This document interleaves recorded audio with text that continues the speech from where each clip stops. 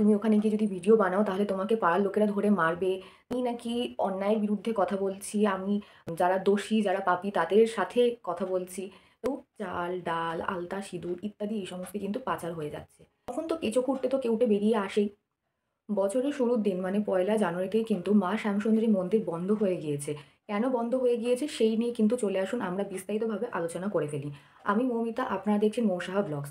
তো আমরা খবর থেকে যেটুকু যা জানতে পেরেছি যে ওখানকার পাড়ার লোকেরা প্রথম অভিযোগ করে, ওখানকার যে তৃণমূল নেতা কুণাল ঘোষ তার কাছে অভিযোগ নিয়ে যায় যে ওখানে প্রচণ্ড ভিড় দিন দিন বেড়েই চলেছে এবং ভিড় কন্ট্রোল করা সম্ভব হচ্ছে না। ওখানকার পাড়ার লোকেরা, পাড়ার ছেলেরা, লোকেরা সবাই মিলে ভিড়টাকে কোনোভাবে নিজেদের মতন করে কিন্তু কন্ট্রোল করার চেষ্টা করছে। কিন্তু ডে বাই ডে ওখানকার যে ভিড়টা সেটা প্রচণ্ডই বাড়ছে এবং স্বাভাবিক। আমরাও গেছি, আপনারা দেখবেন যে আমি নিজে বহুবার মা শ্যামসুন্দরী মন্দিরে কিন্তু দর্শন করেছি এবং আপনাদেরকে আমি দেখিয়েছি যে কতটা কিন্তু ওখানে লাইন হয়ে থাকে। স্বাভাবিক একটা ঘিঞ্জি এলাকার মধ্যে যদি এত মানুষের সমাগম হয়, ওখানকার যে স্থানীয় বাসিন্দা তাদের কিন্তু একটা অভিযোগ থাকেই।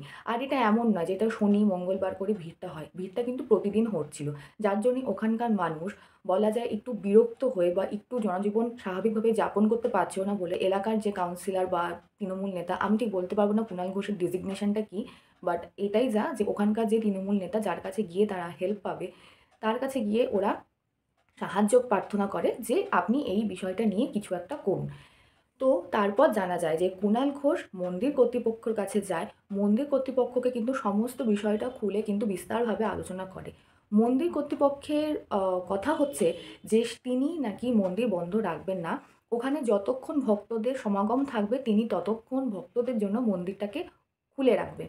বিষয়টা হচ্ছে যে ওখানে যে ভিড়টা হচ্ছে, ওখানে যে মানুষের সমাগমটা হচ্ছে, প্রতিদিন যে ডে বাই ডে যে মানুষের সমাগমটা বাড়ছে, সেই জিনিসটাকে আপনি কন্ট্রোল রাখুন। তাতে করে কি হবে, এলাকার যে সংলগ্ন যে যারা স্থানীয় বাসিন্দা আছে তাদের যাতে কোনো রকম অসুবিধা না হয়। কিন্তু সেই জায়গাটাতে মন্দির কর্তৃপক্ষ তাদের পাড়ার লোকের কথা কিন্তু একবারও কিন্তু চিন্তা করছেন না। তার বক্তব্য উনি উনার মন্দির খোলা রাখবেন। এতে করে একটা কথা পাড়ার লোকেদের মুখে উঠে আসছে যে এরা মন্দিরের নামে ব্যবসা করছে, যেটা আমি মনে করি যে এই কথাটা বলে মাকে হয়তো অপমান করা হবে। তো এই কথাটা না বলে আমাদেরকে ঠান্ডা মাথায় মানুষকে বোঝানো উচিত যে আপনিও যেরকম এই পাড়াতে আছেন, যেহেতু আমরা কি জানি যে মন্দির একটা বিস্তার মানে বিস্তারভাবে কিন্তু থাকে।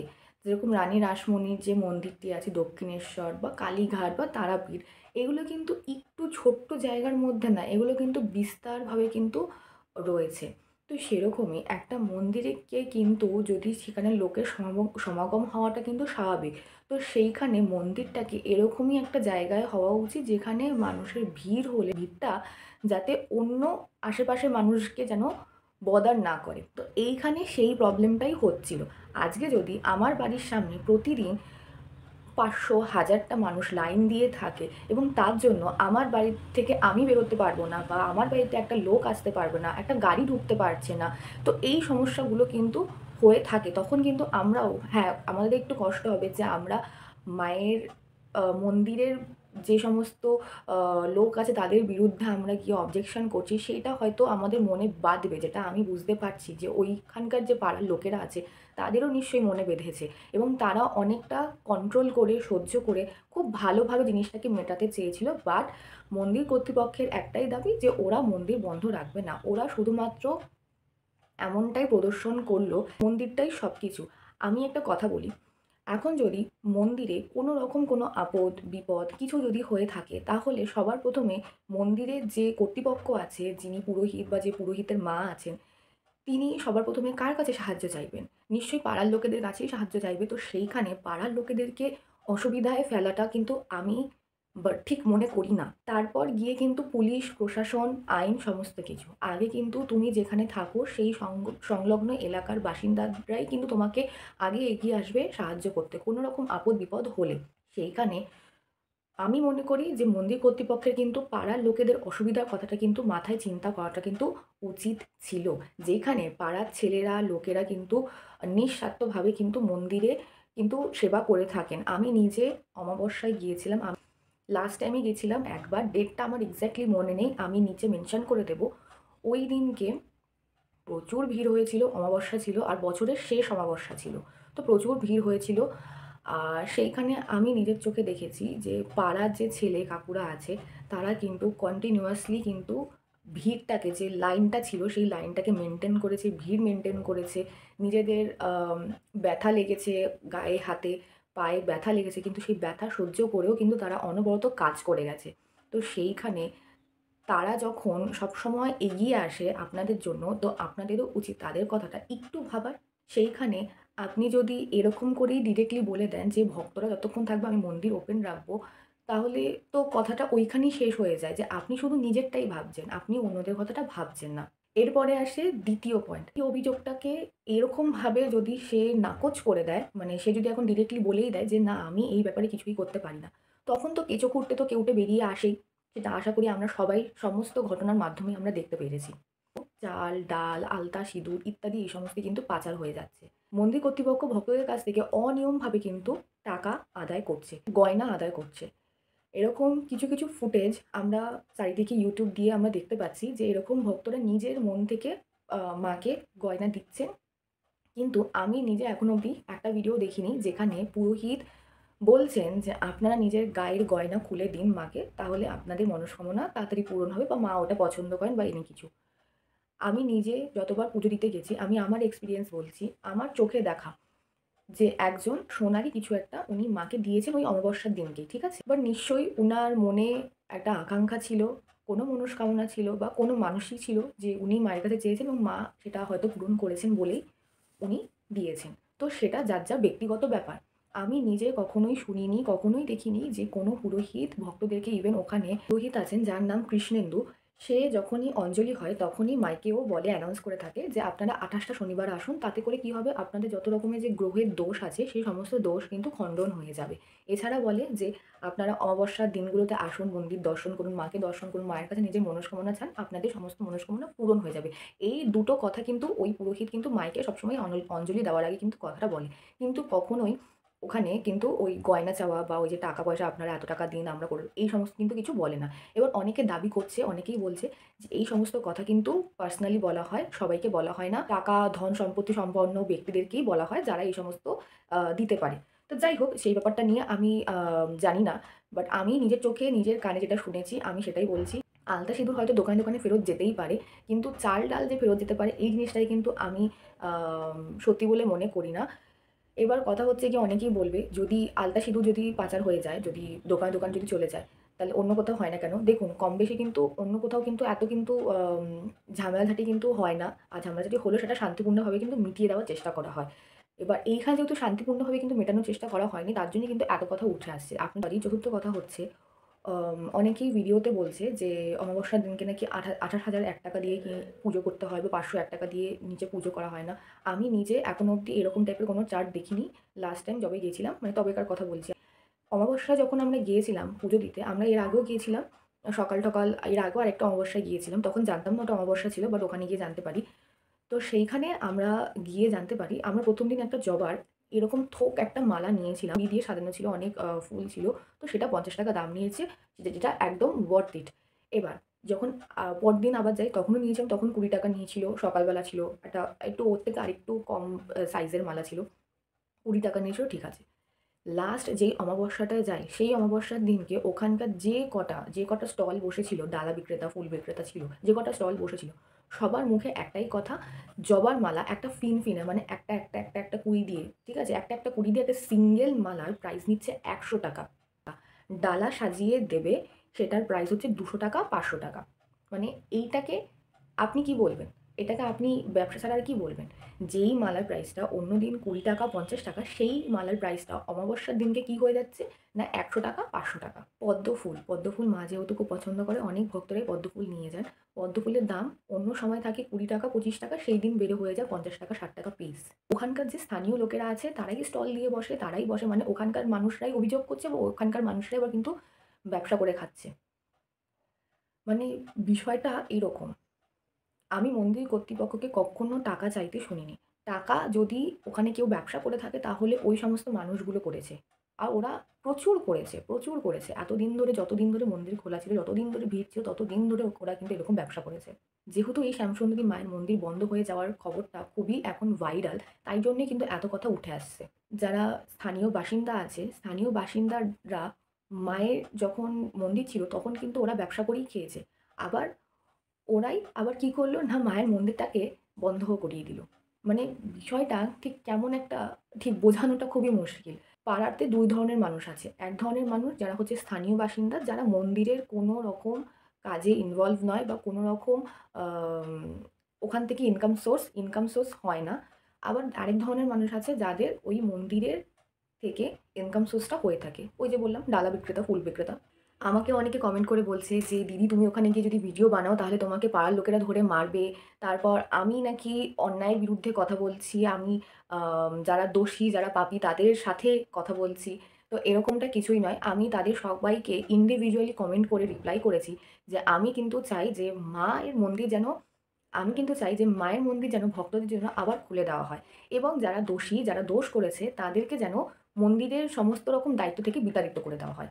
সেটা যদি কোনো ওখানকার কোনো পুরোহিত হয়ে থাকে তো পুরোহিত, ওখানকার যদি কোনো মানুষ হয়ে থাকে তাহলে মানুষ, হোয়াটএভার।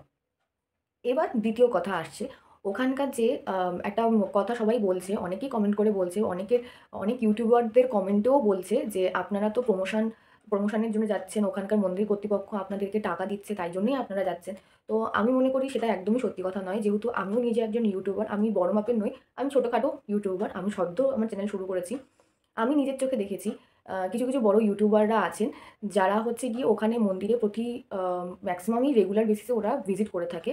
তো সেইখানে আমি নিজের চোখে দেখেছি মন্দির কর্তৃপক্ষকে ওরা ফোন করে, বাইরে থেকে ওরা ফোন করে যাতে ওদেরকে লাইন দিয়ে দাঁড়াতে না হয়। তো ওরা ফোন করে, তো মন্দির কর্তৃপক্ষের লোক ভিতর থেকে আ কৃষ্ণেন্দু এবং কৃষ্ণেন্দুর সাথে তাদের পরিচয়টা খুব ভালো হয়ে থাকে এবং কৃষ্ণেন্দু তখন ভিতর থেকে লোক পাঠায় এবং সেই সমস্ত ইউটিউবারদেরকে মন্দিরে নিয়ে আসে, বে লাইনেই নিয়ে আসে, ভিআইপি লাইনে নিয়ে আসে এবং যেহেতু তারা ভিআইপি তারা হচ্ছে গিয়ে অনেক ভিডিও বানায় এবং তাদের দ্বারা অনেক থ্রুতে অনেক মানুষ ভিজিট করে। তো তাদেরকে ভিআইপি লাইনে কিন্তু নিয়ে আসে। মানে তাদেরকে আর কি কষ্ট করে লাইন দিয়েও দাঁড়াতে হয় না। তারা একদম সরাসরি উইথআউট লাইন না দিয়ে ওরা সরাসরি মায়ের মন্দিরে ঢুকতে পারে। সবথেকে বড় কথা ওখানকার মন্দির কর্তৃপক্ষ সাধারণ মানুষকে সামান্য গর্ভগৃহের ভিতরে একটু মানে হাত দিয়ে এরকম করে মানে একটু হাত ঢুকিয়ে ফটোও তুলতে দেয় না বা নমস্কারও করতে দেয় না বা হাতও ঢোকাতে দেয় না গর্ভগৃহের মধ্যে। কিন্তু সেই সমস্ত ইউটিউবার বা ওখানকার যে একটু বড়সড় মান্যগণ্য ব্যক্তি আছে তাদেরকে কিন্তু গর্ভগৃহে কিন্তু ঢুকিয়ে নিয়ে যায়। আমাদের সবাইকে আমরা সকলেই হচ্ছে গিয়ে মন্দির কর্তৃপক্ষের কাছে অশৌচ বা অশুভ। ওরা কিন্তু শৌচ বা ওরা কিন্তু শুভ। তো ওইখানে ওদেরকে নিয়ে যায়। তো এই জিনিসটা কিন্তু আমার খুবই বাজে লেগেছে। এই জিনিসটা আমি মন্দির কর্তৃপক্ষের বিরুদ্ধেই বলা যায় আমি কথাটা বলছি। এই জিনিসটা আমার পার্সোনালি খুবই বাজে লেগেছে। আর আমি নিজের চোখে দেখেছি এরকম অনেক ইউটিউবারদেরকে এরকমভাবে নিয়ে গেছে। নিয়ে গিয়ে তাদেরকে আলাদা করে আম স্থান দেওয়া হয়েছে। সাধারণ মানুষদের থেকে আলাদা করে স্থান দেওয়া হয়েছে। তারা আলাদা করে সমস্ত মায়ের ভিডিও, আ ডিএসএলআর দিয়ে ছবি এই সমস্ত নিয়ে কিন্তু তারা বিভিন্ন সোশ্যাল মিডিয়াতে কিন্তু পোস্ট করে থাকে। খাদান মুভির নায়িকা যে ইদিকা যেদিনকে এসেছিল সেদিনকেও আমরা দেখেছিলাম যে ওখানে তো প্রচুর চকোলেটস মাকে দেওয়া হয়। প্রচুর চকোলেটস মাকে দেওয়া হয়। তো ওখানে কিন্তু সেদিনকে অনেক বাচ্চারা গিয়েছিল। কোনো বাচ্চার হাতে একটাও চকোলেট, একটাও মাজার বোতল কিচ্ছু দেখতে পাইনি। ইদিকার হাতে এত চকোলেট আমরা দেখতে পেয়েছিলাম। তো সেই সমস্ত ফুটেজ কিন্তু আমার কাছে নেই। খুব সামান্য একটু আছে। আমি চেষ্টা করব দেওয়ার বাট তাতে কতটা কি দেখতে পাবে আমি বলতে পারব না। বাট এটাই হচ্ছে বিষয় যে ওকে এরকম টাইপের একটু ভালো কোনো নায়িকা গেলে বা কোনো ইউটিউবার গেলে তাদেরকে কিন্তু ভরে দেওয়া হয়। কিন্তু আমাদের মতন সাধারণ মানুষকে কিন্তু এতটা কিন্তু ভাবা হয় না। তাদের কথা ভাবা হয় না। ঠিক আছে? আমাদের সাথে একটা ফ্যামিলিও ছিল। তাদের সাথে একটা বাচ্চা ছেলে ছিল।